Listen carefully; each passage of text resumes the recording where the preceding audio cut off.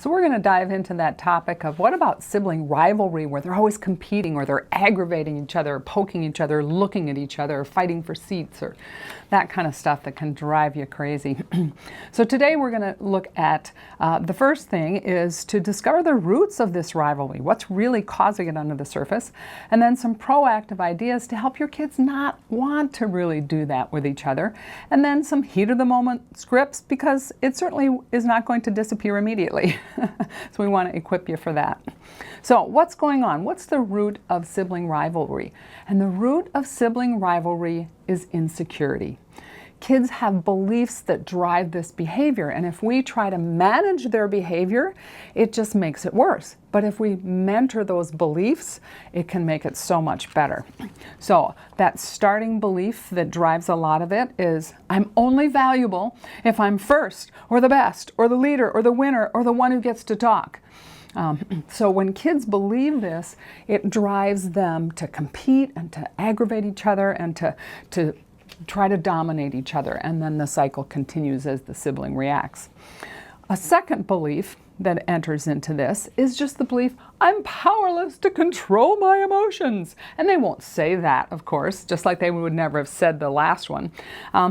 But what comes out of their mouth is things like, when my sibling or my brother or sister bugs me, it just makes me so mad and I can't help it. You may have heard that before. So we add those beliefs to a parent's belief, which often, as you enter that engagement with your kids, is something like, oh, this is ridiculous and it's so irritating. They're so immature. And if kids get that message from you, they're believing, I am ridiculous and I'm irritating and I'm immature. And then that feeds the insecurity that aggravates the problem. So we really have to look below the surface so that we can change our beliefs and change the way we engage with our kids, because our nonverbals, our tone of voice, all those things will communicate those unhelpful beliefs that keep the process stuck. So parents can enter these challenges with a new belief that is, this is an opportunity to build emotional security and self-control, to build skills and values that will help my kids throughout life. So what can I do proactively to help my kids not really want to do this with each other? And that first thing, like we said, was to build emotional security. And this is where we really work to mentor belief. Because when people, kids and adults alike, know who we are, have a solid identity, we don't have to fight to be first. But practically, you can weave lessons about where we get our value into everyday life with your kids with a smile and a light tone. And we used to do this a lot with our kids, and it definitely helped the sibling rivalry issue. So we help to differentiate their value from anything that they would do from their performance. So if they were really successful at something, we might say, wow, that's a pretty good report card there. Looks like you worked really hard to get those grades. And then we'd add, does that mean I love you more? Does that mean you're more valuable? And we would just ask them that and let them think about that question. At first they didn't really know how to answer, but we helped them to figure that out. And then on the flip side, that was really a bummer when you were the one that struck out for your team at the end, wasn't it? Does that make you less valuable? Do you think I love you less because of that? And so we can use, whether it's positive or negative situations, we can use those situations to strengthen our kids' identity that my value, my love and acceptance is not related to my performance. And then that begins to decrease their need to compete and be best first, or the one to win or talk. So the second key that our kids need to avoid, particularly the little aggravate, pick at each other kind of interactions, is what we just call the power principle. And that is that I am in charge of my emotions and not anyone else. And we can teach them specific scripts to help them to remember that in a helpful way. And again, those are resources available to you in print, because I was coaching a mom through this, and she said it helps so much to have that written down because I could never figure out how to word it the way you did. So you can look at those for more details. And we really had to help our kids with this because we had this pattern of Daniel would aggravate Bethany and she would overreact. And I'd say, Bethany, you don't have to give him power over like that. You don't have to react like that. I know, but I just can't. And we just did that cycle for a long time till I got so desperate. I bribed her.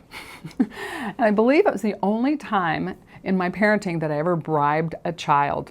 But I did. And so I took her aside and I said, you know what? I'm going to teach you real clearly some things that you can think and say when Daniel starts to bug you. And then when it happens and I'm there, I'll wink at you, and then you'll know if you choose to stay calm and say one of those respectful but strong things back to him, then I'll pay you $1. That's how desperate I was. But it was amazing. It worked great because it just took the anger and anxiety out of it and it put fun into it. So the first time it happened, I looked at her and I winked and she took a breath and she said, I know that's what you think, but I think differently. And she smiled at him and I paid her $1 and we high-fived. And I did, it cost me about $10. It was probably the best $10 I've spent. And at the end of it, I knew we were done when Daniel said to Bethany, hey Bethany, want to earn $1?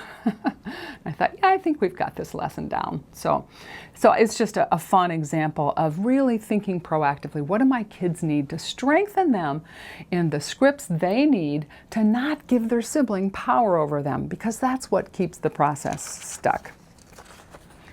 And then it's also really important to look for natural opportunities to teach or affirm any evidence you see of values like teamwork, cooperation, or respect. And we had, again, the story that you've heard about with the twins that were so competitive and so adversarial. The dad was playing basketball with one of the twins, and it was her special time with him.